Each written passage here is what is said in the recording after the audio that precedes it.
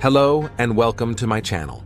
Today we're diving into a gripping documentary about the Kristin Rossum case. Before we unveil this riveting story, be sure to hit that subscribe button so you never miss our future episodes. Let's uncover the truth behind this intriguing tale. Kristin Rossum, a chemistry graduate from San Diego State University, could have had a brilliant future.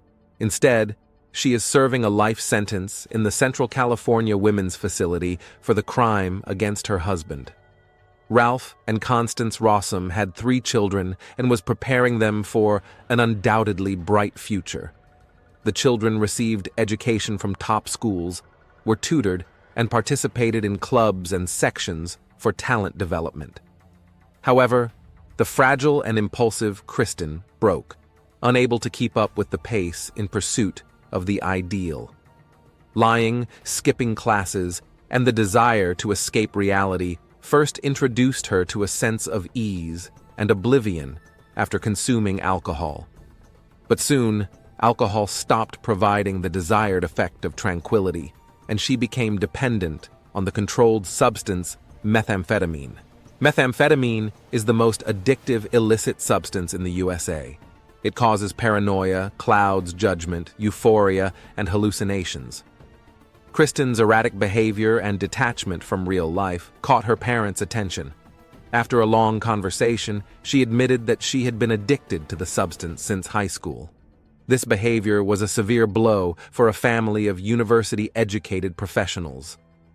After several months of numerous conflicts with her parents, the 17-year-old Kristin secretly ran away to Mexico with friends for a holiday. There, she met a man by chance, tall and handsome Gregory DeVillers, 7 years her senior. He seemed like an angel who would save her, and he did. Greg fell in love with the bad girl and took on the role of a parent, taking responsibility for her well-being. With Greg's support, she managed to get a job at a local forensic department as a toxicology assistant. Her skills impressed the employer, and her addiction was forgotten, which worked in her favor. Her job in toxicology provided access to seized controlled substances. As a forensic assistant, Kristin graduated from the university with honors. Her teachers and employer praised her, handing her the Best Student Award, unaware of the reasons for her love of the chosen profession.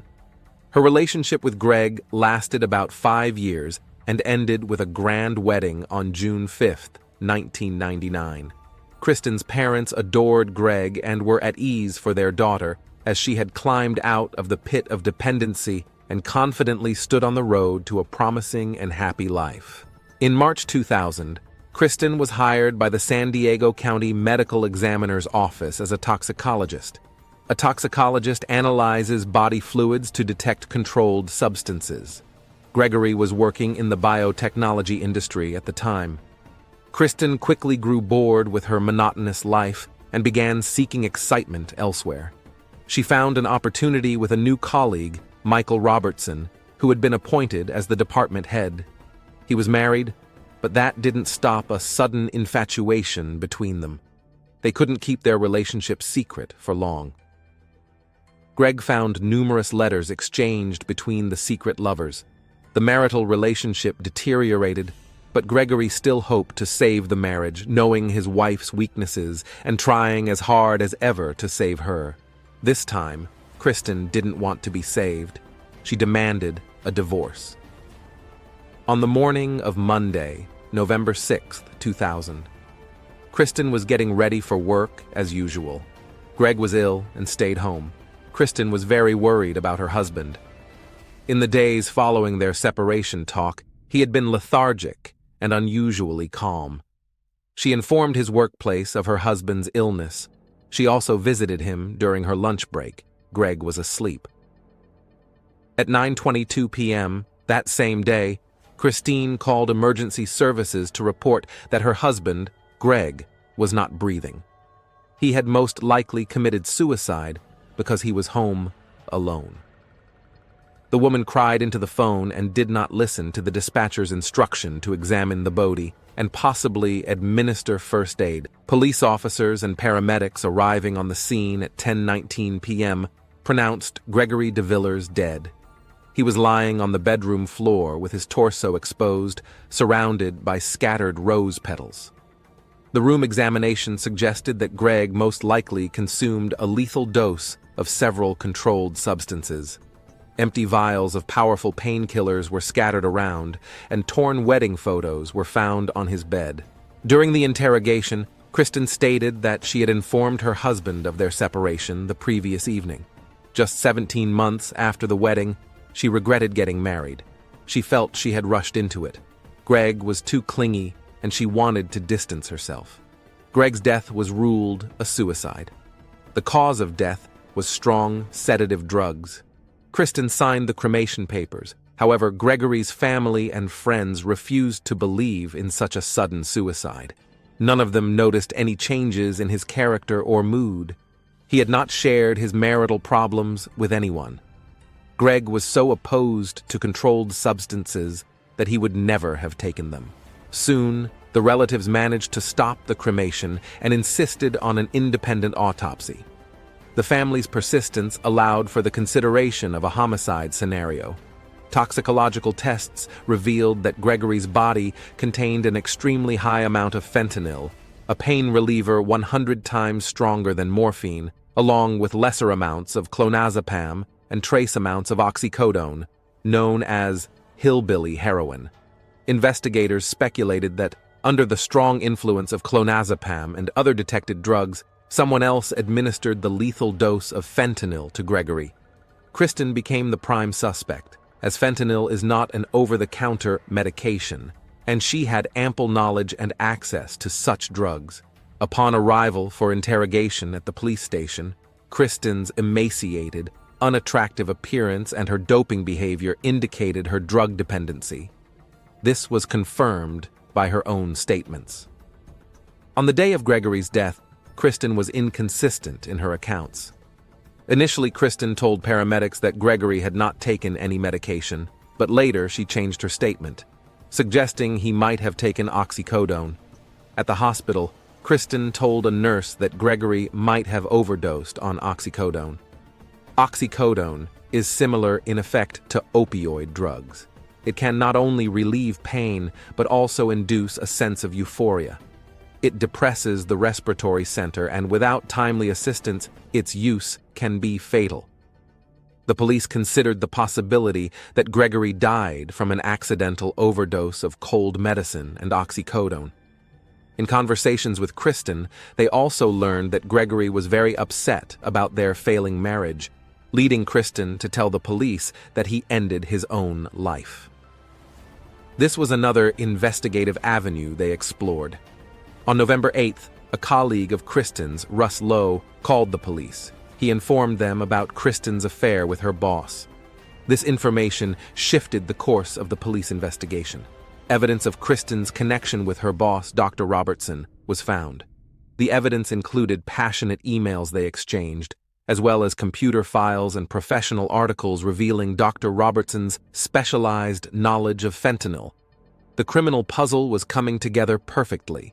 It was suspected that Gregory became a threat to the lovers, as he knew that Kristin, with her access to the lab and controlled substances, was secretly using them, and Michael was covering for her.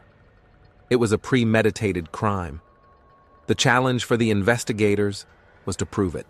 During interrogation, Michael Robertson told detectives that he was aware of his lover's drug dependency.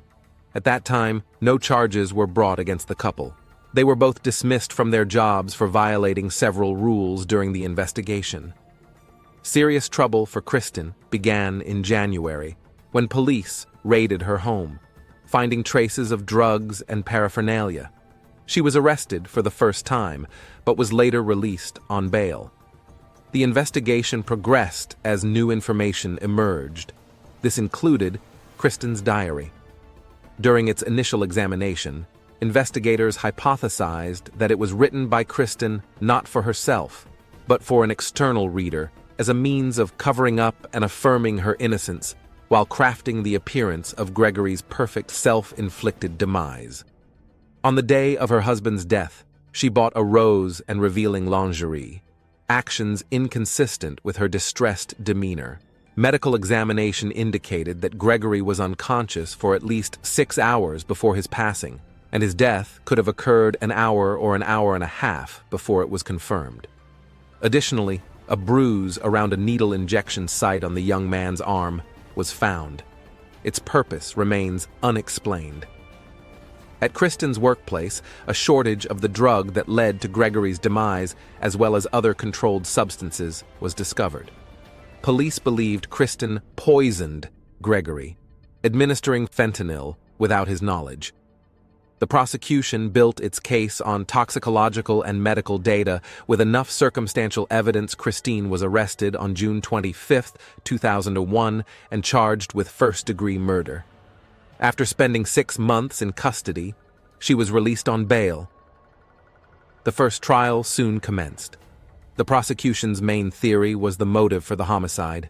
They argued that she terminated Gregory because he threatened to tarnish her good girl reputation by revealing her renewed drug use and affair with Michael Robertson. The prosecution claimed that Kristin poisoned Gregory with fentanyl. The court heard that fentanyl is a powerful synthetic opioid 80 times stronger than morphine. It was suggested that she first tried to end his life with clonazepam, but when that failed, she administered fentanyl. They also argued that she then staged the bedroom to look like Gregory ended his own life, tearing pages from her diary and placing rose petals and a wedding photo around his body. The court heard that Kristin, with a degree in biochemistry, used her knowledge of drugs and chemistry to terminate Gregory. The prosecution also claimed that Kristin hoped to convince her colleagues in the medical examiner's office that Gregory's death was self-inflicted, hiding information about the fentanyl. However, before Gregory's autopsy could be conducted, she was transferred to another lab, and the attempt to substitute toxicological research was unsuccessful. The prosecution presented Kristin's day on November 6th. Early in the morning, she called Gregory's employer to report his absence, then went to work. Her colleagues testified that about an hour after she arrived at work around 9 a.m., she was seen crying in Michael's office. The apartment building manager where Kristin and Gregory lived reported seeing her return home at 12:10 p.m. At 12:41 p.m., she went to a local grocery store and purchased several items, including a single red rose. Credit card statements confirm this fact. Hours before Gregory's demise, she made multiple calls to Michael. Dr. Brian Blackburn, the San Diego County medical examiner who conducted Gregory's autopsy, testified that Gregory had been deceased for at least an hour before the paramedics arrived. He informed the court that Gregory developed early bronchopneumonia. This condition arises when secretions, normally expelled through breathing, accumulate in the lungs because a person is either unconscious or not breathing deeply enough. Dr. Blackburn also informed the court that Gregory's bladder contained a significant amount of urine, which would have been very uncomfortable had he been conscious. This led Dr. Blackburn to conclude that Gregory was breathing poorly for approximately 6 to 12 hours before his death. A person in an unconscious state would not be able to sprinkle rose petals over themselves. Dr. Blackburn showed that the level of clonazepam found in Gregory's blood was not at an overdose level and was not lethal. Dr. Theodore Stanley testified on behalf of the prosecution. He demonstrated that fentanyl is a potent and fast-acting pain reliever with a serious side effect that can lead to a person's respiratory arrest. Dr. Stanley stated that the speed at which fentanyl begins to act depends on the method of its administration. The peak effect occurs about 16 hours after applying a transdermal patch, 20 to 30 minutes after oral ingestion, 15 to 20 minutes after intramuscular injection, and within 5 minutes after intravenous injection. Dr. Stanley informed the court that fentanyl is usually not administered orally because the liver destroys about 65% of it, so only 35% enters the bloodstream. When asked to explain how fentanyl entered Gregory's system, neither Dr. Blackburn nor Dr. Stanley could provide a definitive opinion. Dr. Stanley showed that various concentration levels in Gregory's body, along with data indicating that Gregory was unconscious and breathing shallowly for several hours before his death, suggest that fentanyl was likely administered to Gregory multiple times. The prosecution could not confidently tell the jury how Kristin poisoned Gregory, but there were indications that she might have applied fentanyl patches to his arm while he was asleep. The disappearance of 15 patches from the laboratory where Kristin formerly worked supported this theory as a possibility. The defense asserted Kristin's innocence, acknowledging that fentanyl was the cause of Gregory's death, but claimed he self-administered it, intentionally, causing his own demise due to despair over family issues. Kristin testified in court, describing waking up on the morning of November 6th to find Gregory distraught. She called his employer at 7:42 a.m. to report his illness and that he wouldn't be coming to work. She told the court she went to work but returned to the apartment to check on Gregory, having lunch with him after noon. Kristin's testimony included an exchange where she asked Gregory why he was so upset that morning. He replied that he wasn't feeling well and had taken some oxycodone and clonazepam. He planned to stay home and sleep. She left for work around 2:30 in the afternoon. During her lunch break, she came home to check on Gregory. They had lunch, and she then went back to work. She arrived home around 8 in the evening. Gregory was lying on the bed. Thinking he was asleep, she took a bath. When she came out, she tried to wake him up. He was cold. She then called the emergency services. The prosecutor cross-examined Kristin, calling her explanation strange.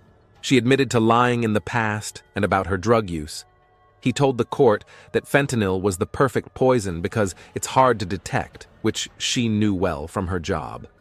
Medical testimony based on autopsy and toxicological findings proved that Gregory was unconscious for about 6 to 8 hours, meaning Kristin couldn't have had lunch with her husband that day.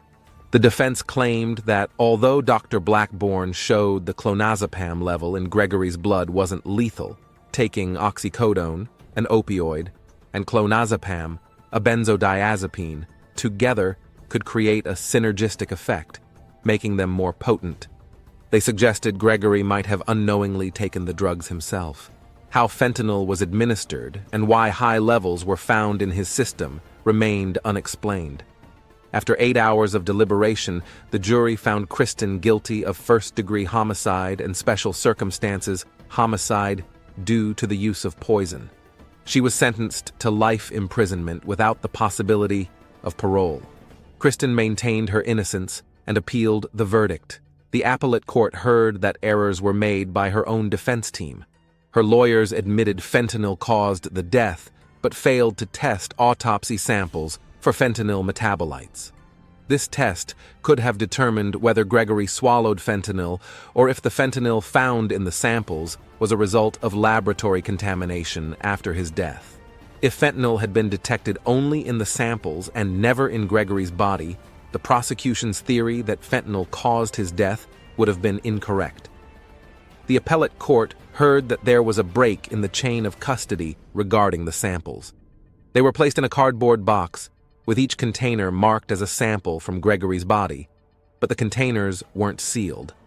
They were supposed to be delivered to the sheriff's office for immediate transfer to an external lab, but the person supposed to receive the samples was absent. Therefore, the box remained at the medical examiner's office for about 36 hours before being delivered to the sheriff's forensic lab. The appellate court's argument was that anyone with a key to the medical examiner's office building had access to the samples. Fentanyl could have been added to the samples. Kristin believed there was a motive to tamper with the samples and frame her for the crime due to various personal relationships and tensions among the staff. Indeed, Kristin argued in the appellate court that on November 8, 2000, Michael informed one of the toxicologists that he had examined a sample of Gregory's stomach contents. The three-judge panel of the 9th U.S. Circuit Court of Appeals concluded that Kristin's lawyers erred in not contesting the prosecution's claim that her husband died from a fentanyl overdose. They stated that her legal team should have tested the autopsy samples for fentanyl metabolites rather than just admitting he died in such a manner. However, they did not overturn the verdict, but sent the case back to federal court to determine if this defense error could have altered the trial's outcome. After this decision, the U.S. Supreme Court ruled that federal courts must adhere to the state court decision when considering such appeals. Based on this ruling, the appellate court voted against holding a hearing on Kristin's case. Her appeal was denied, and she remains in custody. Michael Robertson was implicated as an accomplice in Kristin's trial. Authorities discreetly filed a criminal conspiracy complaint and issued a sealed warrant for the arrest of Michael Robertson, the former boss and lover of convicted perpetrator Kristin Rossum. Robertson, who lives freely and works as a forensic toxicology consultant in Australia since Rossum's husband's demise in 2000, could be arrested and held on $100,000 bail if he ever returns to the United States. Gregory's family filed a lawsuit accusing the county of negligence that allowed Kristin to steal a lethal dose of drugs from the medical examiner's office undetected. In 2006, a U.S. court awarded them $147 million in civil damages in a case that continued to captivate the nation. Rossum, a former toxicologist at the county medical examiner's office, was sentenced to life imprisonment without the possibility of parole in February 2003 for stealing drugs from the lab and using them to poison her husband, Gregory DeVere, staging a suicide scene in their apartment and scattering his body with red rose petals. What do you think about this story? Share your thoughts in the comments. Thanks for watching and sticking with me. Take care of yourself and your loved ones. Don't forget to subscribe for more. See you next time.